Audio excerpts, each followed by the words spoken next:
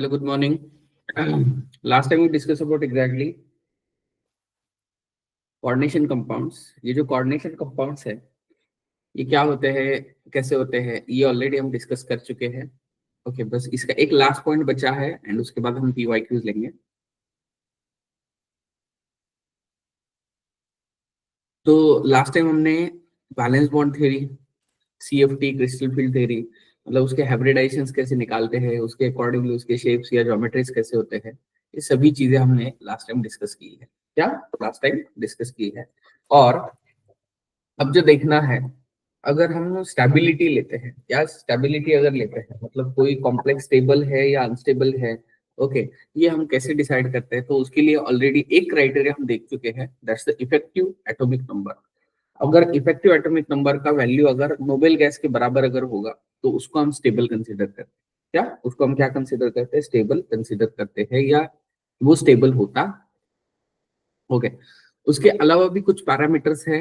Okay, क्या उसके अलावा भी कुछ पैरामीटर्स है, तो वो हमें आज डिस्कस करने हैं.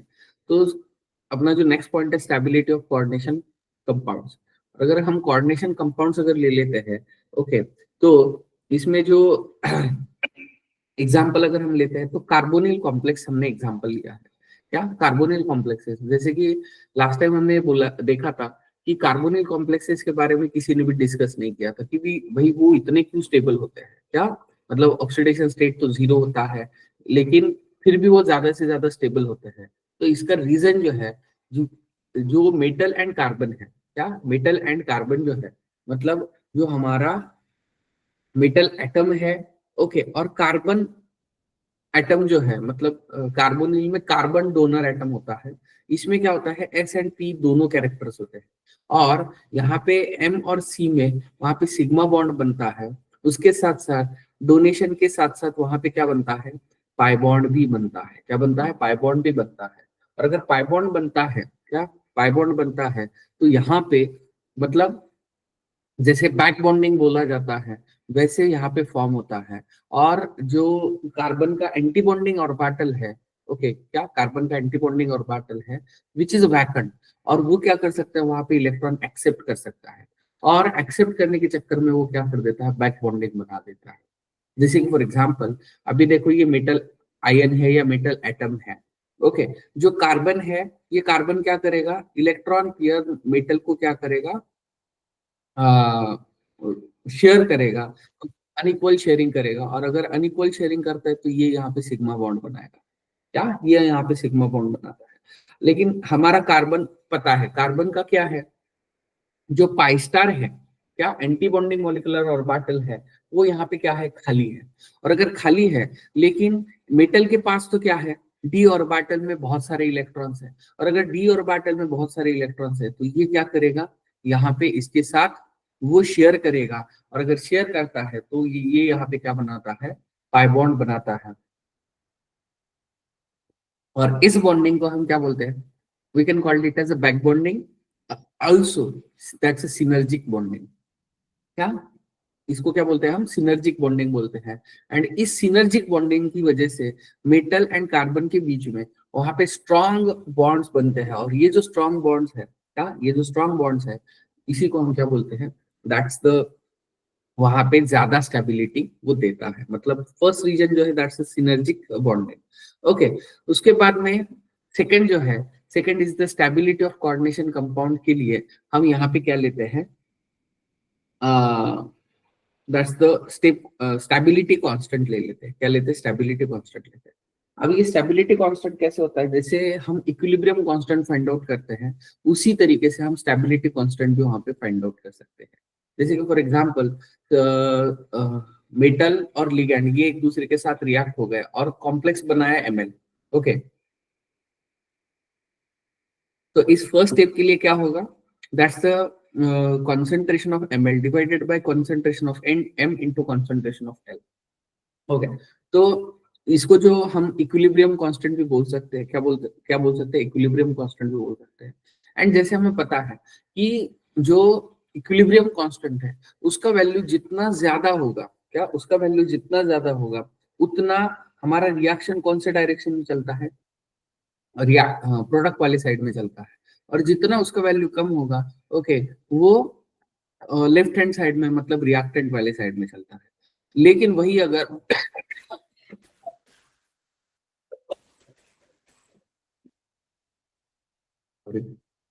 ओके, लेकिन वही अगर इक्विलिब्रियम कांस्टेंट का वैल्यू अगर 1 होगा, इसका मतलब वो क्या करता है वहां पे, इक्विलिब्रियम शो करता है। क्या करता है? इक्विलिब्रियम शो करता है।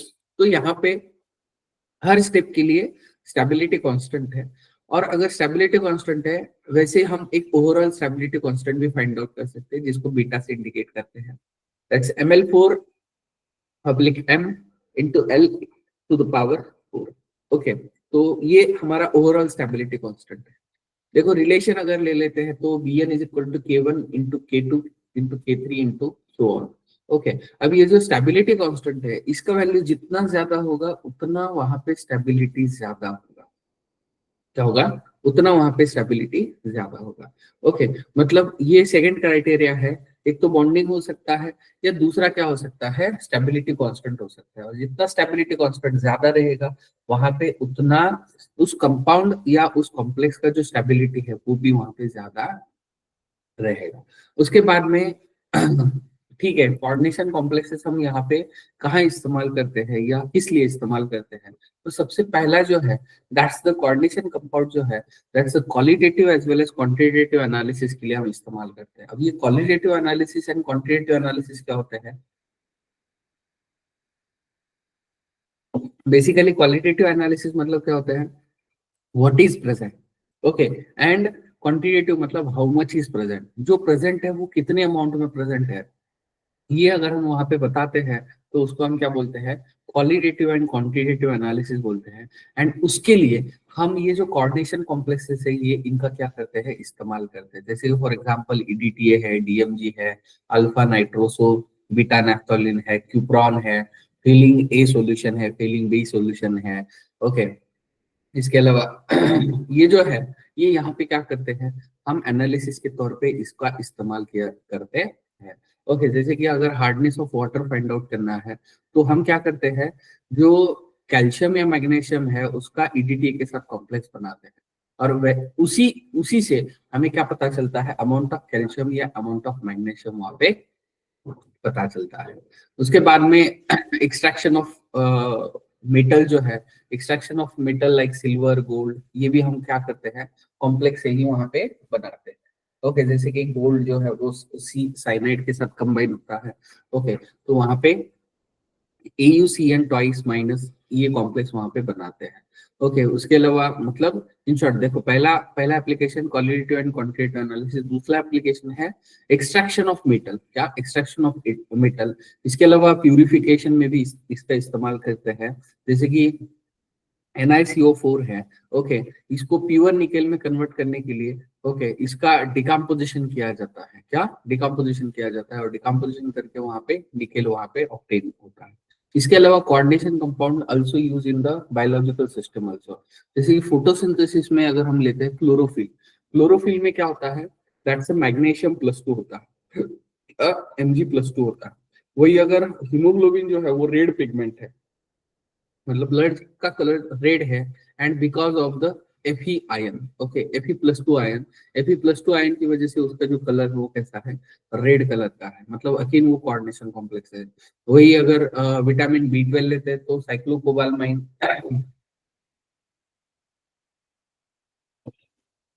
तो जो उसमें जो मेटल है वो कोबाल्ट है। वही अगर कार्बोक्सी पेप्टिडेज अगर लेते हैं तो उसमें जिंक है। क्या है? उसमें जिंक है। मतलब ऐसे नंबर ऑफ एग्जांपल्स हैं जो कि हम यहाँ पे इस्तेमाल करते हैं। जैसे कि ये विल्किंसंस कैटालिस्ट है, जो कि हाइड्रोजनेशन ऑफ अल्किन के लिए इस्तेमाल किया जाता है। देखो ये जो एप्लीकेशंस है, ये आपको कैटालिस्ट या कैटालिसिस के लिए भी इस्तेमाल होते हैं। ओके, क्या कैटालिसिस के लिए भी इस्तेमाल होते हैं? ओके, इसके अलावा इलेक्ट्रोप्लेटिंग अगर करना है, जो इलेक्ट्रोलाइसिस में हमने देखा था, उसमें भी हम सिल्वर या गोल्ड के वहां पे अगर प्लेटिंग करना है तो उसके लिए इसका इस्तेमाल किया जाता है। उसके बाद में कोऑर्डिनेशन कंपाउंड्स में अगेन फोटोग्राफिक प्लेट जो होते हैं, या फोटोग्राफ्स अगर बनाने हैं तो उसके लिए भी हम इनका इस्तेमाल करते हैं। इसके अलावा जो भी मेडिसिनल केमिस्ट्री है उसमें चिलेट थेरेपी जो है उसमें भी अगेन इसका इस्तेमाल किया जाता है। ओके, दैट्स द उसके बाद में अगर कोई ट्रांजिशन मेटल या कोई मेटल अगर टॉक्सिसिटी प्रोवाइड कर रहा है प्लांट्स या एनिमल को, तो वो आइडेंटिफाई करने के लिए और उसको रिमूव करने के लिए भी हम इसका कोऑर्डिनेशन कंपाउंड्स का इस्तेमाल करते हैं। ओके, इसके अलावा रिएजेंट जैसे कि डी पेनिसिली सिलामाइन या desferrioxamine B, okay, via formation of coordination compounds. Okay, and EDTA जो है वो अगर लेड पॉइजनिंग होता है तो वो रिमूव करने के लिए हम वहाँ पे इस्तेमाल करते हैं। ओके, इसके अलावा qualitative and quantitative analysis, hardness of water, extraction of metal. Okay, इसके अलावा प्यूरिफिकेशन ऑफ मेटल, पिगमेंट का जो कलर पिगमेंट है उसके लिए अगेन हम क्या करते हैं, उनका इस्तेमाल करते हैं। ओके, तो this is about applications of coordination compounds. इसके अलावा some important in text questions है। ओके, अगेन ये जो पीपीटी है, इसके अलावा सिनॉप्सिस भी है। देखो, सिनॉप्सिस इसका बहुत बहुत बहुत इंपॉर्टेंट है। ओके, जैसे कि ब्लू विट्रॉल, नीला होता, मतलब क्या होता है, CuSO4 डॉट हाइड्रेटेड CuSO4 होता है। ओके, मतलब कुछ कंपाउंड्स के यहाँ पे बहुत सारी इंफॉर्मेशन दी है, तो ये सिनॉप्सिस भी वहां पे पढ़ो। ओके, ताकि इसके ऊपर के जो भी क्वेश्चंस आएंगे, ओके, वो आपको आने चाहिए। क्या वो आपको आने चाहिए?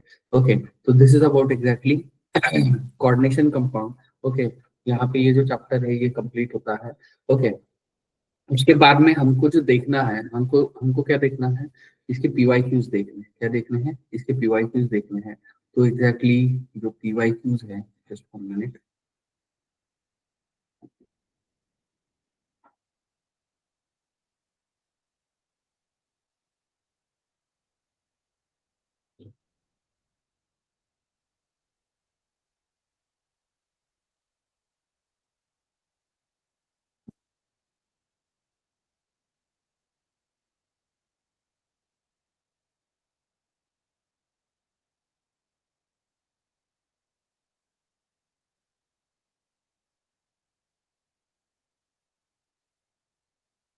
देखो, ये जो क्वेश्चंस है अप्रैल 2024 के हैं, मतलब अभी अभी जो अटेम्प्ट हुआ है उसी के क्वेश्चंस है।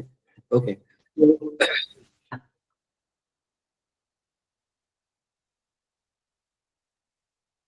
देखो, सबसे पहला क्या है? Okay, number of complexes from the following with the even number of unpaired electron. Unpaired D electron, मतलब इसमें अनपेयर्ड डी इलेक्ट्रॉन जो है वो वहां पे क्या होंगे, इवन होंगे। ये आपको क्या किया है, यहाँ पे पूछा है। क्या ये आपको यहाँ पे पूछा है? ओके, तो सबसे पहले आपको इसका क्या करना पड़ेगा, ऑक्सीडेशन स्टेट फाइंड आउट करना पड़ेगा। और अगर ऑक्सीडेशन स्टेट फाइंड आउट करना है तो आपको एक चीज याद रखना है, यहाँ पे जो H2O है, H2O is the neutral ligand. H2O पूरे इसमें न्यूट्रल लिगैंड है। और अगर न्यूट्रल लिगैंड है तो यहाँ पे वैनेडियम का ऑक्सीडेशन स्टेट क्या होगा, +3 होगा। ओके, यहाँ पे क्रोमियम का ऑक्सीडेशन स्टेट +2 होगा। Fe का ऑक्सीडेशन स्टेट +3 होगा। ओके, निकेल का ऑक्सीडेशन स्टेट अगेन +3 होगा एंड कॉपर का ऑक्सीडेशन स्टेट +2 होगा। अब देखो, यहाँ पे वैनेडियम का ऑक्सीडेशन, सॉरी, एटॉमिक नंबर 23 है, मतलब इसका इलेक्ट्रॉनिक कॉन्फ़िगरेशन क्या है, D2 D3S2। ओके, क्रोमियम का अगर लेते हैं तो D5U S2, sorry S1, anomalous electronic configuration. वही अगर Fe लेते हैं तो D6S2। इसका अगर लेते हैं तो D8S2 एंड इसका अगर लेते हैं तो D10S1। ओके, अब देखो यहाँ पे सिंपल है। सिंपल क्या है कि यहाँ पे हमें तीन तीन इलेक्ट्रॉन निकालने हैं। ओके, तीन या दो, जो भी उसका ऑक्सीडेशन स्टेट होगा। तो देखो यहाँ पे अगर वैनेडियम के केस में अगर हमने क्या कर दिए, तीन इलेक्ट्रॉन निकाल दिए, तो यहाँ पे D2 बचेगा। ओके, इस केस में क्या हो जाएगा, D5 हो जाएगा। ओके, सॉरी, D4 हो जाएगा। ओके, अब Fe का +3 है, +3 है तो अगेन ये D5 बन जाएगा। ओके, इधर क्या हो जाएगा, Na+3 है मतलब D7 हो जाएगा। और इधर अगर लेते हैं तो Cu+2 है मतलब D9 हो जाएगा। ओके, और अपने को क्या पूछा है, डी ऑर्बिटल में इवन इलेक्ट्रॉन चाहिए। तो इवन इलेक्ट्रॉन किसमें किसमें किसमें है, एक ये और ये दो। ओके, दो ही कॉम्प्लेक्सेस है, बाकी इसमें सभी के सभी ऑड इलेक्ट्रॉन्स है। तो इसका मतलब आंसर क्या होगा, that's 2 is the correct answer. क्या 2 इज द करेक्ट आंसर। देखो इसके जो क्वेश्चंस है इनऑर्गेनिक में, सबसे अच्छा चैप्टर या जिसके आप इजीली क्वेश्चन सॉल्व कर सकते हो वो कोऑर्डिनेशन कंपाउंड ही है। मतलब डी एंड एफ ब्लॉक के बाद, क्या डी एंड एफ ब्लॉक के बाद वहां पे सबसे इजीएस्ट जो चैप्टर है जिसके क्वेश्चंस आप सॉल्व कर सकते हो। ओके, मतलब जो लॉजिकली आप वहां पे इस्तेमाल करके वहां पे जो सॉल्व कर सकते हो वो कोऑर्डिनेशन कंपाउंड ही है। और सबसे ज्यादा इसके ऊपर ही क्वेश्चंस आते हैं, क्या इसके ऊपर ही क्वेश्चंस आते हैं। ओके, अगेन ये जो H2 है, ये H2 क्या है, यहाँ पे वीक फील्ड लिगैंड है। क्या है, वीक फील्ड लिगैंड है। तो यहाँ पे जितने भी कॉम्प्लेक्सेस ये वहां पे शो करेंगे वो अप्रोक्सीमेटली क्या करेंगे, कलर कॉम्प्लेक्सेस शो करेंगे। क्या कलर कॉम्प्लेक्सेस शो करेंगे। इसके अलावा इसका मैग्नेटिक मूवमेंट भी हम यहाँ पे फाइंड आउट कर सकते हैं। ओके, तो दिस इज अबाउट एग्जैक्टली। उसके बाद में नेक्स्ट देखो, the correct sequence of ligands in the order of decreasing field strength is. Okay, मतलब strong field ligand and weak field ligand वहां पे हमें लेना है। क्या लेना है, strong field ligand and weak field ligand लेना है। और अगर strong field ligand and weak field ligand अगर लेना है तो आपको पता है जो कार्बन डोनर एटम्स होते हैं वो सबसे स्ट्रॉन्गेस्ट होते हैं। क्या होते हैं, सबसे स्ट्रॉन्गेस्ट होते हैं। और अगर सबसे स्ट्रॉन्गेस्ट है, ओके, तो सबसे पहले कार्बन के लिए अरेंज कर दो। ओके, अब सबसे चारों इसमें चारों ऑप्शन में कार्बन का कौन सा है, दैट्स द सेकंड ऑप्शन है। ओके, दैट्स हमने जैसे देखा था, देखो that's the x is less than oxygen, is less than nitrogen, is less than carbon. ये कुछ सीक्वेंस हमने लास्ट टाइम देखा था, या इसको हमने थोड़ा जनरलाइज कर दिया था। और इसमें कुछ एक्सेप्शंस थे, जैसे कि फ्लोरीन एंड सल्फर में फ्लोरीन का कम होता, सॉरी सल्फर का कम होता है, फ्लोरीन का ज्यादा होता है। ये ऑक्सीजन डोनर है तो हेलोजन से ज्यादा ही होगा। Okay, nitrogen and directly carbon. तो this is about exactly field strength. Decreasing order बोला है, मतलब बड़े वैल्यू से छोटे वैल्यू की तरफ अपने को जाना। ओके, उसके बाद में नेक्स्ट जो देखो, that's the in an ion third complex with the formula FeNH3x CnY has no electron in its Eg orbital। क्या Eg में कोई भी ऑर्बिटल में इलेक्ट्रॉन नहीं है। The value of x plus y is. Okay, क्या the value of x plus y अपने को पूछा है। अब देखो सबसे पहले तो Eg में एक भी इलेक्ट्रॉन नहीं है। क्या Eg में एक भी इलेक्ट्रॉन नहीं है। एंड Fe का ऑक्सीडेशन स्टेट जो है, क्या Fe का ऑक्सीडेशन स्टेट कितना है, दैट्स द 3 है। ओके, क्या 3 है। और हमें पता है देखो ऑक्टाहेड्रल में T2G एंड Eg लेते हैं। क्या लेते हैं, T2G एंड Eg लेते हैं। और अगर T2G एंड Eg अगर लेंगे, ओके, तो हमें यहाँ पे ऑक्सीडेशन स्टेट इसका क्या करना है, बैलेंस करना है। क्या करना है, ऑक्सीडेशन स्टेट यहाँ पे बैलेंस करना है। तो ऑक्सीडेशन स्टेट बैलेंस करने के लिए, ओके, यहाँ पे अब NH3 के ऊपर 0 चार्ज है एंड Cn के ऊपर -1 चार्ज है। ओके, और ऑक्सीडेशन स्टेट हमको कितना दिया है, हमको दिया है ऑक्सीडेशन स्टेट +3। ओके, मतलब इसको हम इस तरीके से ले सकते हैं। ओके, जैसे हम ऑक्सीडेशन स्टेट के लिए फॉर्मूला इस्तेमाल करते हैं, Fe के लिए हम x कंसीडर करते हैं, लेकिन x की जगह हम क्या लेंगे, दैट्स द 3 लेंगे। क्या लेंगे, 3 लेंगे प्लस। ओके, Cn कितने हैं ये हमें निकालना है। ओके, तो x ले लिया and is equal to -1 charge है, तो x इज इक्वल टू क्या हो जाएगा, दैट्स द -4 हो जाएगा। मतलब x का वैल्यू क्या होना चाहिए, -4 होना चाहिए। लेकिन x का वैल्यू -4 कब होगा, जब हम Cn 4 लेंगे। ओके, क्या Cn अगर 4 ले लिए तो ऑटोमेटिकली इसका वैल्यू जो है वो क्या हो जाएगा, -4 हो जाएगा। ओके, और अगर -4 होता है, क्या होता है, -4 होता है, तो इसके ऊपर जो Cn है वो 4 होंगे एंड बचे हुए NH3 क्या होंगे, 2 होंगे। तो इनका जो सम है वो कितना आ जाएगा, 6 आ जाएगा। क्या आ जाएगा, 6 आ जाएगा। मतलब जो हम ऑक्सीडेशन स्टेट के लिए इस्तेमाल करते हैं वही ट्रिक यहाँ पे इस्तेमाल करनी है। ओके, ऐसे भी यहाँ पे कोऑर्डिनेशन कॉम्प्लेक्स अगर है, ओके, Eg है, इसका मतलब डेफिनेटली ऑक्टाहेड्रल है। और अगर ऑक्टाहेड्रल है इसका मतलब हमेशा कोऑर्डिनेशन नंबर क्या रहता है, ऑक्टाहेड्रल की केस में 6 ही रहता है। ओके, सम तो 6 ही आएगा, लेकिन कभी कभार क्या किया जा सकता है, आपको सिर्फ y वैल्यू पूछा जा सकता है। ओके, और अगर y वैल्यू पूछा तो इसका मतलब क्या हो जाएगा, वहां पे गलत हो जाएगा। ओके, एंड ये जो है NH3 एंड CN जो है, ये दोनों के दोनों कैसे हैं, both are the strong field ligands. क्या, both are the strong field ligands. और अगर दोनों के दोनों स्ट्रॉन्ग फील्ड लिगेंड्स है, तो यहाँ पे क्या होगा, जो T2G है उसमें पेयरिंग होगा, और अगर पेयरिंग होता है तो सभी इलेक्ट्रॉन्स वहां पे नीचे रहेंगे। हो गया। उसके बाद में नेक्स्ट देखो, next is the number of unpaired d electron in COH2 6+3 is, okay, क्या COH2 +3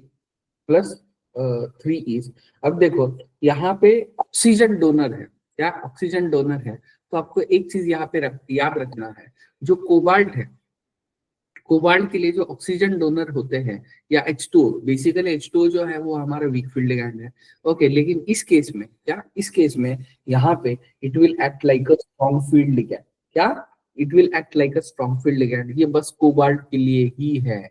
okay, and cobalt and H2O के लिए ही है। मतलब कुछ कॉम्प्लेक्सेस है जो कि एक्सेप्शंस में है, एंड एक्सेप्शंस वाले ही आपको पूछे जाते हैं। तो यहाँ पे H2O जो है, okay, only with cobalt. Okay, question 3 repeat करना है।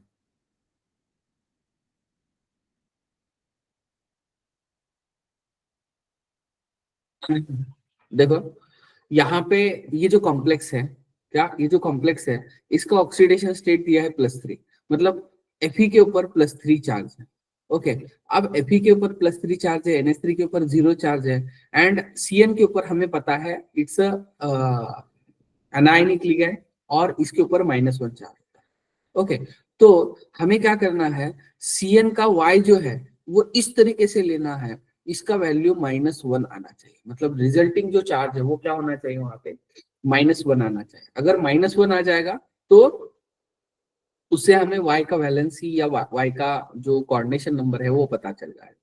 अब देखो, जनरल इसमें जब हम ऑक्सीडेशन स्टेट फाइंड आउट करते हैं तो हम क्या इस्तेमाल करते हैं, दैट्स एक्स, या Fe की जगह पे मैं क्या कर लेता हूँ, A ले लेता हूँ, A plus two x into NH3, मतलब NH3 के ऊपर का charge, plus Y into CN, okay, is equal to -1। Okay, लेकिन ए का वैल्यू हमको ऑलरेडी दिया है ना। ओके, कितना दिया है, 3 दिया है, plus okay, NH3 neutral ligand है। न्यूट्रल मतलब क्या होता है, केमिस्ट्री में 0 होता है, मतलब ये 0 आ गया। Okay, plus y into y अपने को निकालना है, इज इक्वल टू -1। ओके, तो y इज इक्वल टू क्या आ जाएगा, -4 आ जाएगा। ये +3 आगे जाके -3 हो जाएगा, -4 आ जाएगा। मतलब जब हम y का वैल्यू 4 लेंगे तो ऑटोमेटिकली ये -1 जो है वो वहां पे सेटिस्फाई होता है। क्या होता है, वो वहां पे सेटिस्फाई होता है। और अगर सेटिस्फाई होता है, y का वैल्यू यहाँ पे 4 है, तो ऑटोमेटिकली NH3 का वैल्यू क्या होगा, 2 होगा। क्यों, क्योंकि यहाँ पे Eg दिया है। Eg कब होता है, Eg कब होता है, जब वहां पे ऑक्टाहेड्रल कॉम्प्लेक्स होता है तभी होता है। तो इस तरीके से हमने क्या किया, CN के वैल्यूज वहां पे, CN का कोऑर्डिनेशन या CN के नंबर ऑफ लिगेंड वहां पे क्या किए, वहां पे फाइंड आउट कर। क्लियर, समझ में आया।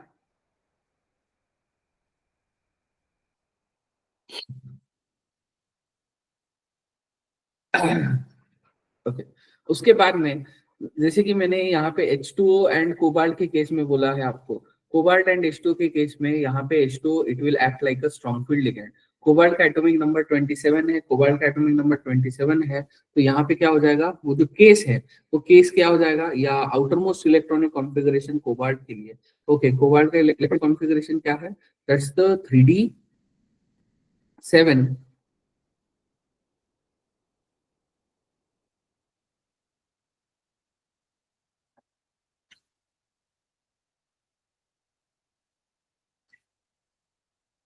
3D7 4s2 होगा, लेकिन +3 ऑक्सीडेशन स्टेट में, मतलब डी में 6 इलेक्ट्रॉन्स होंगे। और अगर डी में 6 इलेक्ट्रॉन्स है, ओके, तो हमें पता है कि ऑक्टाहेड्रल कॉम्प्लेक्सेस में this will converted to T2G and EG। T2G मतलब 3 ऑर्बिटल, EG मतलब 2 ऑर्बिटल, 6 इलेक्ट्रॉन्स है। लेकिन H2 मैंने अभी अभी बोला आपको कि स्ट्रॉन्ग फील्ड लिगैंड की तरह एक्ट करता है, तो ये यहाँ पे कुछ इस तरीके का ये शो करेगा। और अगर इस तरीके का शो करता है, क्या करता है, इस तरीके का शो करता है, तो यहाँ पे ये जीरो अनपेड इलेक्ट्रॉन्स वहां पे शो करेगा। क्या करेगा? जीरो अनपेड इलेक्ट्रॉन्स वहां पे शो करेगा। एंड अगेन ये सिर्फ और सिर्फ कोबाल्ट +3 के लिए ही है। Okay, it's not for the other oxidation state of cobalt. Okay, क्या ऑक्सीडेशन स्टेट ऑफ कोबाल्ट के लिए वहां पे नहीं है। क्लियर? ओके, उसके बाद में which one of the following complexes will exhibits least paramagnetic behaviour. अब लीस्ट पैरामैग्नेटिक बिहेवियर मतलब पैरामैग्नेटिक बिहेवियर किसकी वजह से आता है? बिकॉज ऑफ अनपेड इलेक्ट्रॉन की वजह से आता है। जितने अनपेड इलेक्ट्रॉन ज्यादा उतना मैग्नेटिक मूवमेंट ज्यादा, एंड जितने वैल्यूज कम उतना मैग्नेटिक मूवमेंट का जो वैल्यू है वो वहां पे कम रहेगा। ओके, तो यहाँ पे +2 ऑक्सीडेशन स्टेट है, और अगर +2 है तो यहाँ पे क्या हो जाएगा? This case will become 20, sorry chromium है। क्या है? क्रोमियम है। क्रोमियम है तो +2 अगर हो गया तो यहाँ पे D4 बचेंगे। क्या बचेंगे? D4 बचेंगे। अगर Fe+2 लेते हैं तो D6 बचेंगे। क्या बचेंगे? D6 बचेंगे। कोबाल्ट अगर ले लेते हैं तो ये यहाँ पे D7 बचेंगे, एंड मैग्नीज अगर लेंगे तो D5 बचेंगे। क्या बचेंगे? D5 बचेंगे। अब देखो, हम अगर क्रोमियम अगर लेते हैं तो क्रोमियम में 4 अनपेड इलेक्ट्रॉन मतलब 4.88 के आसपास हो जाएगा। 6 इलेक्ट्रॉन मतलब वहां पे अनपेड कितने होंगे? 4 होंगे। क्या अनपेड कितने होंगे? 4 होंगे। और अगर अनपेड 4 है, क्या अनपेड अगर 4 है तो इस केस में क्या होगा? अगेन 4.8 के आसपास होगा। ओके, कोबाल्ट 7 का केस है। क्या 7 का केस है? तो यहाँ पे अप्रोक्सीमेटली 3 अनपेड होंगे। क्या 3 अनपेड होंगे? और अगर 3 अनपेड है, ओके, तो 3.8 के आसपास होगा। वही अगर मैग्नीज लेते हैं तो मैग्नीज में क्या है? D5 केस है। D5 केस में यहाँ पे क्या होगा? 5 के 5 अनपेड होंगे, तो 5 पॉइंट समथिंग या 5.8 समथिंग वहां पे मैग्नेटिक मूवमेंट होगा।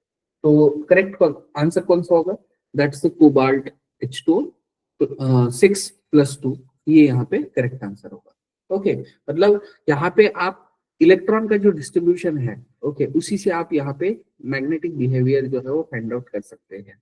ओके, और मैग्नेटिक बिहेवियर फाइंड आउट करने के लिए आप दोनों में से कोई भी मेथड इस्तेमाल कर सकते हो। तो मतलब एक तो VBT वाला भी इस्तेमाल कर सकते हो या CFT वाला भी इस्तेमाल कर सकते हो। ओके, उसके बाद में 6 वाला देखो, the correct order of ligand arrange in the increasing field strength. Okay, क्या अगेन जो इंक्रीजिंग फील्ड स्ट्रेंथ है, ओके,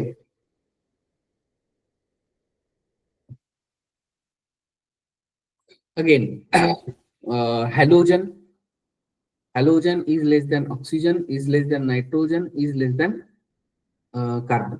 ओके, मतलब सबसे कम हेलोजन का है, सबसे ज्यादा कार्बन का है, तो उस हिसाब से यहाँ पे क्या होगा? क्या यहाँ पे क्या होगा? तो देखो, सबसे कम अपने को नाइट्रोजन कार्बन लेना है या नाइट्रोजन लेना है? ओके, और अगर कार्बन या नाइट्रोजन अगर ले लेते हैं तो देखो CN के बाद ये तो नहीं आएगा। मतलब देखो approximately NH3 NH3 NH3 CN ये सभी सेम, मतलब करेक्ट पोजीशन पे है। क्या करेक्ट पोजीशन पे है?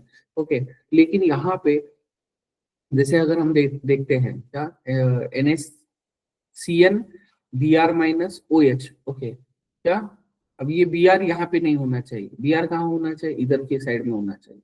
ओके, तो ये तो गलत है। उसके बाद में NH3CN-, अगेन कार्बन बाद में होना चाहिए, NH3 पहले होना चाहिए। उसके बाद में NH3H2O एंड Br-, तो ये यहाँ पे क्या है? सबसे करेक्ट है, मोर एक्यूरेट है। Okay, NH3I-, Br- and F-। Okay, अब F- एक्चुअली राइट साइड में है, Br के राइट साइड में है। ओके, तो ये थोड़ा अगर थोड़ा प्रैक्टिस करोगे, ओके, और इसको अगर अच्छे से एग्जीक्यूट करोगे तो वहां पे इसके क्वेश्चंस इजीली वहां पे आ जाएंगे। ओके, उसके बाद में नेक्स्ट जो 7 नंबर का क्वेश्चन है, the number of complexes from the following note no electrons in T2 orbital. अब देखो T2 दिया है, T2 दिया है, मतलब ये क्या है? दे आर टेट्राहेड्रल कॉम्प्लेक्सेस है। क्या है? टेट्राहेड्रल कॉम्प्लेक्सेस है। और अगर टेट्राहेड्रल कॉम्प्लेक्सेस है तो यहाँ पे इसका जो स्प्लिटिंग होता है, या इसका जो स्प्लिटिंग होता है ये क्या होता है, E एंड T2 में होता है। E मतलब 2 ऑर्बिटल एंड T2 मतलब कितने ऑर्बिटल्स होंगे, 3 ऑर्बिटल्स। कितने ऑर्बिटल्स होंगे, 3 ऑर्बिटल्स होंगे। अब देखो यहाँ पे सबसे पहले अगर हम ये लेते हैं, ओके क्या, TiCl4। अब Ti का एटॉमिक नंबर कितना है, 22 है, इसका 25 है, इसके बाद में Fe का कितना है, Fe का 26 है, अगेन यहाँ पे 26 है, एंड कोबाल्ट का कितना है, 27।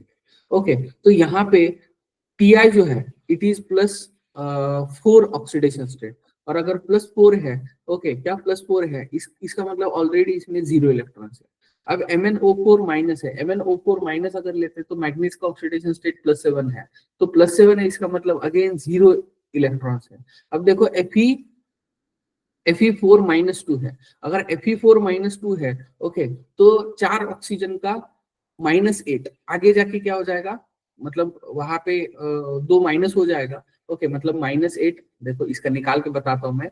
ओके, देखो Fe का x x x कंसिडर करेंगे, +4 इंटू ऑक्सीजन के ऊपर -2 होता है, is equal to -2। Okay, x is equal to क्या हो जाएगा, -2 + 8। ओके, ये क्या हो जाएगा, +6 हो जाएगा। और अगर +6 होता है तो इस केस में Fe के इसमें 2 इलेक्ट्रॉन्स होंगे, क्या होंगे, 2 इलेक्ट्रॉन्स होंगे। अगेन FeCl4 है, मतलब +3 ऑक्सीडेशन स्टेट होगा, और अगर +3 ऑक्सीडेशन स्टेट है तो इसका मतलब यहाँ पे 2 इलेक्ट्रॉन वहां से चले गए। ओके, FeCl4 माइनस है, ओके, मतलब +3 है, तो +3 के लिए इस केस में यहाँ पे क्या होगा, टोटल 8 इलेक्ट्रॉन्स है, 8 इलेक्ट्रॉन में से 3 चले गए तो 5 इलेक्ट्रॉन बचेंगे। कितने इलेक्ट्रॉन्स बचेंगे, 5 इलेक्ट्रॉन बचेंगे। और वही अगर कोबाल्ट लेते हैं तो कोबाल्ट में 27 है, 27 में से +2 ऑक्सीडेशन स्टेट यहाँ पे शो करेगा, और अगर +2 ऑक्सीडेशन स्टेट शो करता है तो D7 केस है। लेकिन अपने को क्या चाहिए, T2 में नो इलेक्ट्रॉन चाहिए, मतलब यहाँ पे T2 में इन दो में T2 में चले जाएंगे। ओके, लेकिन इन तीनों में वहां पे किसी भी तरीके के इलेक्ट्रॉन्स नहीं जाएंगे। ओके, मतलब करेक्ट आंसर कौन सा होगा, दिस वन, क्या ये जो है वो करेक्ट आंसर होगा। क्लियर है। अगेन इस टाइप के क्वेश्चंस पूछे जाते हैं, क्या इस टाइप के क्वेश्चंस पूछे जाते हैं। जैसे कि अगर यहाँ पे 2 इलेक्ट्रॉन्स है, 2 इलेक्ट्रॉन्स है, मतलब यहाँ पे हंस रूल के हिसाब से या अब्बो प्रिंसिपल के हिसाब से 1 इलेक्ट्रॉन यहाँ पे, 1 इलेक्ट्रॉन यहाँ पे, खत्म हो गए 2 इलेक्ट्रॉन। ऊपर के ऑर्बिटल में इलेक्ट्रॉन्स नहीं जाएंगे, या ऊपर के ऑर्बिटल में इलेक्ट्रॉन्स नहीं जाएंगे। ओके, मतलब जो भी इलेक्ट्रॉन्स है वो ई में ही रहेंगे।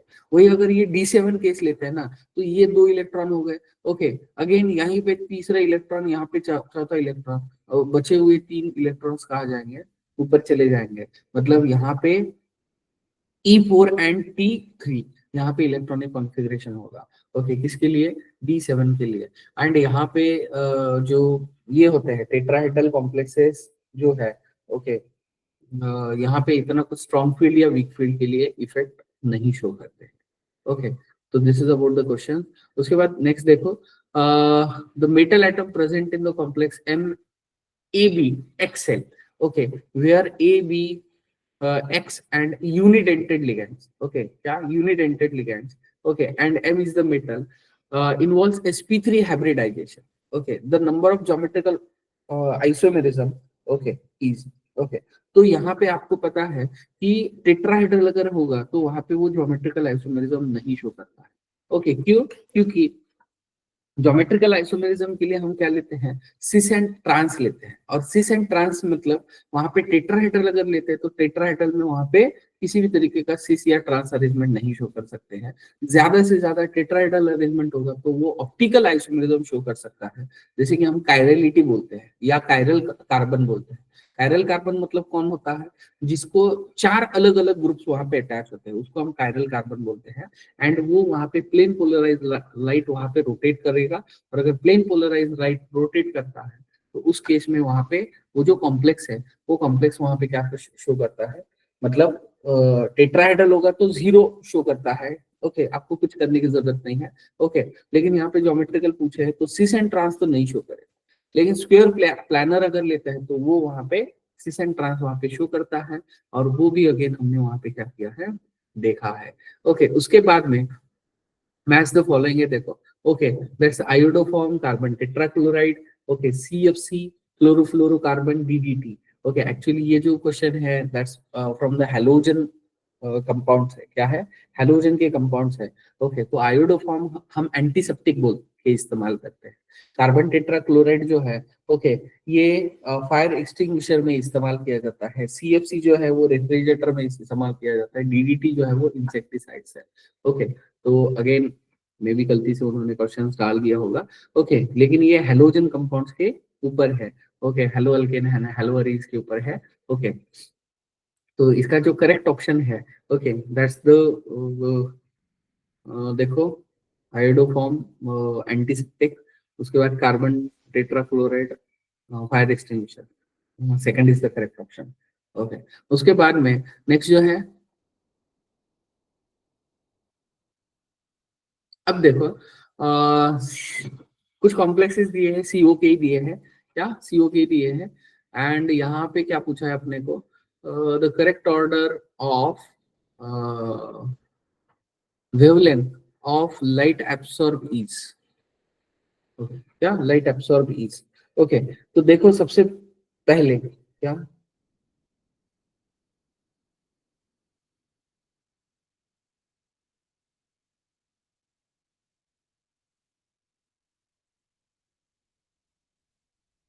सॉरी, आपको वेव नंबर पूछा है, क्या पूछा है, वेव नंबर पूछा है। एंड वेव नंबर एग्जैक्टली हम कैसे लेते हैं, जो एनर्जी होता है it is directly proportional to the wave number होता है, क्या वेव नंबर होता है। ओके, और अगर ऐसा है, क्या अगर ऐसा है तो ये हम कैसे डिसाइड करते हैं। ओके, क्या कैसे डिसाइड करते हैं, तो हमें क्या देखना है, इसमें सबसे ज्यादा स्ट्रॉन्ग फील्ड लिगेंड किसका है वो हमें देखना है। क्या स्ट्रॉन्ग फील्ड लिगेंड किसका है वो हमें क्या करना है, वहां पे देखना है।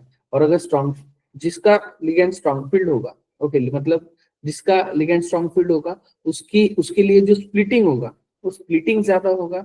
और अगर स्प्लिटिंग ज्यादा है तो उसके लिए जो एनर्जी रिक्वायर्ड है वो भी वहां पे क्या होगा, ज्यादा होगा। क्या होगा, वो भी वहां पे ज्यादा होगा। और अगर वो भी वहां पे ज्यादा है, क्या वो भी वहां पे ज्यादा है, तो अगेन NH3CN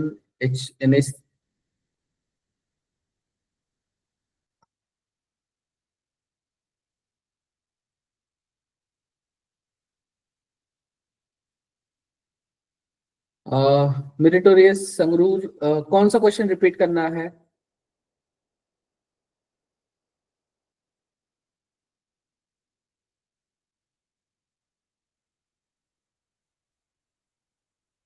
यस, 10। देखो यहाँ पे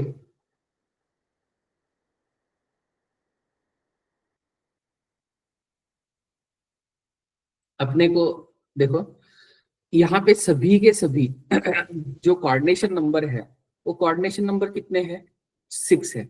और अगर 6 है इसका मतलब ये सभी के सभी ऑक्टाहेड्रल कॉम्प्लेक्सेस है। और अगर ऑक्टाहेड्रल कॉम्प्लेक्सेस है तो क्रिस्टल फील्ड स्प्लिटिंग के अकॉर्डिंगली हमने क्या देखा है, यहाँ पे it will get splitted in T2G and EG। और अगर T2G एंड EG यहाँ पे स्प्लिट करते हैं तो T2G में 3 ऑर्बिटल्स है एंड EG में यहाँ पे 2 ऑर्बिटल्स है। लेकिन हमने ये जो एनर्जी डिफरेंस है, क्या ये जो एनर्जी डिफरेंस है ये यहाँ पे कब इंक्रीज होता है, जब वहां पे जो स्ट्रॉन्गर लिगेंड वहां पे एक्ट करता है, तभी वहां पे हम उसको क्या बोलते हैं, वो वहां पे एनर्जी डिफरेंस ज्यादा होता है। और एनर्जी डिफरेंस ज्यादा होगा तो उतना एनर्जी उसको ज्यादा लगेगा। ओके, मतलब इन शॉर्ट जो ई है, E is directly proportional to ligand field strength.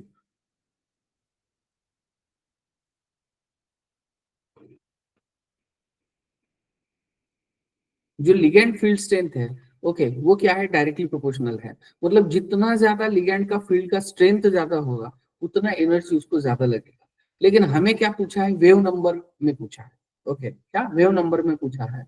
और अगर वेव नंबर में पूछा है तो इसका मतलब ई की जगह वेव नंबर लिख दो, directly proportional to the ligand field strength of an complex. Okay, और अगर ऐसा है, क्या अगर ऐसा है तो इसमें सबसे ज्यादा, ओके, अब देखो यहाँ पे NH3 और Cl है, यहाँ पे सिर्फ CN है, मतलब कार्बन डोनर है। ओके, कार्बन डोनर है तो सबसे ज्यादा इसका होगा, क्या होगा, सबसे ज्यादा इसका होगा। ओके, उसके बाद में NH3 5 टाइम्स है H2O। ओके, अगेन NH3 इधर भी 5 है, इधर भी 5 है, लेकिन H2O Cl से ज्यादा होता है, तो ये सेकंड पे आ जाएगा। ओके, क्या आ जाएगा? सेकंड पे आ जाएगा। H2O तो वहां पे कम है as compare to NH3। Okay, तो इसीलिए मतलब पहले ये that's B is greater than C is greater than A is greater than D, क्या A is greater than D। Okay, that's BCAD, क्या BCAD BCAD BCAD BCAD, yes, okay, BCAD, that's the fourth option is correct option, क्या fourth option is correct option। okay, मतलब यहाँ पे बस अपने को again electrochemical series जो हमने देखा है, ओके, वो हमको यहाँ पे इस्तेमाल करना है, क्या वो हमको यहाँ पे इस्तेमाल करना है। देखो ये जो है, क्या ये जो है ज्योमेट्रिकल आइसोमेरिज्म पूछे है, तो ज्योमेट्रिकल आइसोमेरिज्म बेसिकली हम कोऑर्डिनेशन नंबर 4 में भी देख चुके हैं, 6 में भी देख चुके हैं, लेकिन 4 में एक्चुअल में दो केसेस है, एक है टेट्राहेड्रल, क्या एक है टेट्राहेड्रल एंड दूसरा है स्क्वायर प्लानर, क्या स्क्वायर प्लानर है। और अगर टेट्राहेड्रल एंड स्क्वायर प्लानर अगर लेते हैं, तो टेट्राहेड्रल जो है ये यहाँ पे 0 ज्योमेट्रिकल आइसोमेरिज्म शो करता है एंड स्क्वायर प्लानर वहां पे 2 शो करता है, क्या 2 पॉसिबली 2 शो करता है, उसके अकॉर्डिंगली वहां पे चेंज भी कर सकते हैं। ओके, मतलब एक सिस होगा, क्या एक सिस होगा एंड दूसरा क्या होगा? ट्रांस होगा। ओके, मतलब लेकिन यहाँ पे हमें ज्योमेट्रिकल आइसोमेरिज्म पूछा है और sp3 हाइब्रिडाइजेशन पूछा है। टेट्राहेड्रल का हाइब्रिडाइजेशन sp3 होता है, ओके, एंड स्क्वायर प्लानर का कॉन्फ़िगरेशन dsp2 होता है। क्या होता है? dsp2 होता है। मतलब sp3 इसलिए हमने टेट्राहेड्रल ले लिया, अगर यहाँ पे dsp2 होता तो स्क्वायर प्लानर लेते और उसके ज्योमेट्रिकल आइसोमेरिज्म दो होते। क्लियर? समझ में आया?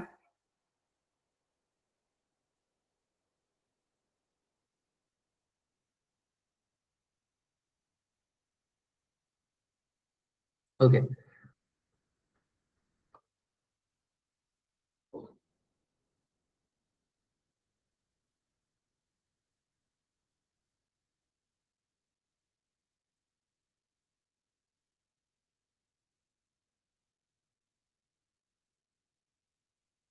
अब देखो आईपीएससी नेम है, देखो अगेन Br2 PME3 ट्वाइस है।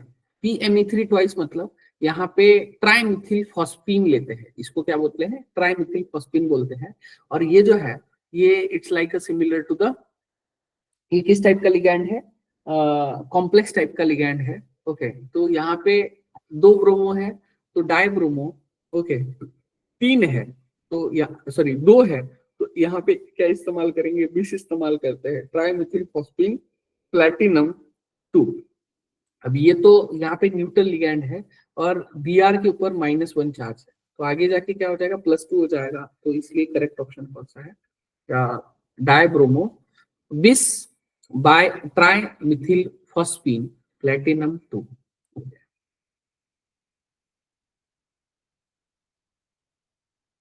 ओके, रिमेन जो है वो बाकी का हम आगे के इसमें डिस्कस करेंगे। ओके, नेक्स्ट इसमें नेक्स्ट चैप्टर स्टार्ट करेंगे हम। ओके, तो इसके जो क्वेश्चंस है वो मैं अपलोड कर दूंगा। ओके, आपको क्या करने हैं, इसके जो बचे हुए क्वेश्चंस है, इसके अलावा मैंने आपको जैसे बोला था कि यहाँ पे जो भी मतलब जो भी मैं पीडीएफ पीवाईक्यूज के अपलोड कर रहा हूँ, at least you have a overlook. Okay, आपको ओवरलुक तो देना है। ओके, इससे क्या हो जाएगा? जितने क्वेश्चंस आप इजीली याद रख सकोगे, और अगर उस टाइप का क्वेश्चन या वही क्वेश्चन अगर रिपीट होता है तो आपको कुछ करने की जरूरत नहीं है, फटाफट उसके मार्क्स भी आ जाएंगे और ये भी हो जाएगा। Okay, तो this is about exactly today's class.